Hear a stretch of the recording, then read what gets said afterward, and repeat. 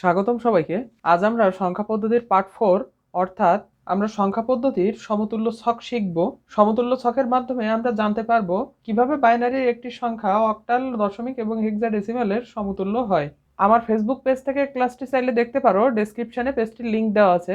এছাড়া এই অধ্যায়ের সহায়ক হ্যান্ডনোট এবং সকল সহায়ক তথ্যাবলী পেজ থেকে পেয়ে যাবে। আমার চ্যানেলটি সাবস্ক্রাইব করে দিও এবং ভিডিও ভালো লাগলে লাইক করে দিও আর বন্ধুদের সাথে শেয়ার করে তাদের দেখার সুযোগ করে দিও। চলো আজকের ক্লাসটি শুরু করি।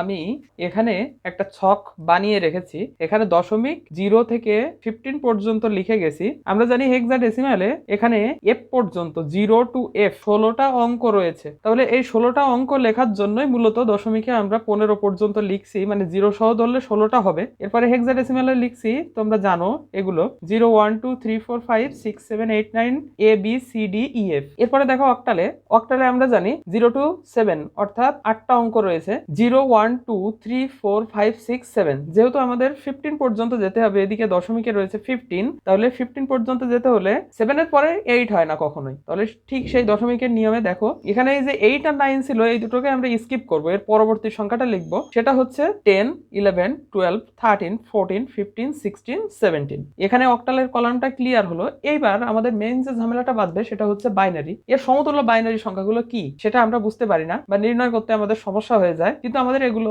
প্রতি পদক্ষেপে কাজে লাগবে যখন আমরা বাইনারি থেকে অক্টাল এবং হেক্সাডেসিমালে কনভার্ট করব। প্লাস যখন আমরা অক্টাল অথবা হেক্সাডেসিমাল থেকে বাইনারিতে কনভার্ট করব, তখন আমাদের এই সারণীটা খুবই জরুরি। দেখে নাও, এটা এইভাবে বানাতে হয়। এখানে দেখো মোট 16টা, তো তাহলে প্রথমে 8টা শূন্য এবং 8টা 1, উপর থেকে 8টা শূন্য লিখছি এবং 8টা 1 লিখছি। পরের লাইনে খেয়াল করো, এখানে 4টা শূন্য এবং 4টা 1, এখানে 4টা শূন্য 4টা 1, 4টা শূন্য 4টা 1। এরপরে এখানে দেখো দুটো শূন্য দুটো 1, এই যে দুটো শূন্য দুটো 1, দুটো শূন্য দুটো 1, এভাবে নিচে নেমে আসছে। এরপরে দেখো একটা শূন্য একটা 1, একটা শূন্য একটা 1, একটা শূন্য একটা 1, ঠিক এভাবে এই পর্যন্ত চলে আসছে। তো এই গেল আমাদের সমতুল্য ছক। এই সমতুল্য ছকটা যদি আমরা মনে রাখতে পারি, তাহলে আমাদের রূপান্তরের ক্ষেত্রে খুবই সহজ হয়ে যাবে। এটা এমসিকিউ এর জন্য খুবই সহায়ক। আমরা এটা মনে রাখতে পারলেই বা এই সাজানোর নিয়মটা যখনই আমাদের মনে থাকবে, তখন আমরা এমসিকিউটা খুব দ্রুত অ্যান্সার করে ফেলতে পারবো। আমাদের 1 মিনিট করে যে টাইমটা থাকবে, তার থেকে হয়তো কম সময়েও অ্যান্সার করে ফেলতে পারবো। প্লাস পরীক্ষার সময় আমরা একটা রাফ অংশে এটা করে নিতে পারি, এই ছকটা করে নিয়ে দ্রুত আমরা কনভার্ট করে ফেলতে পারবো।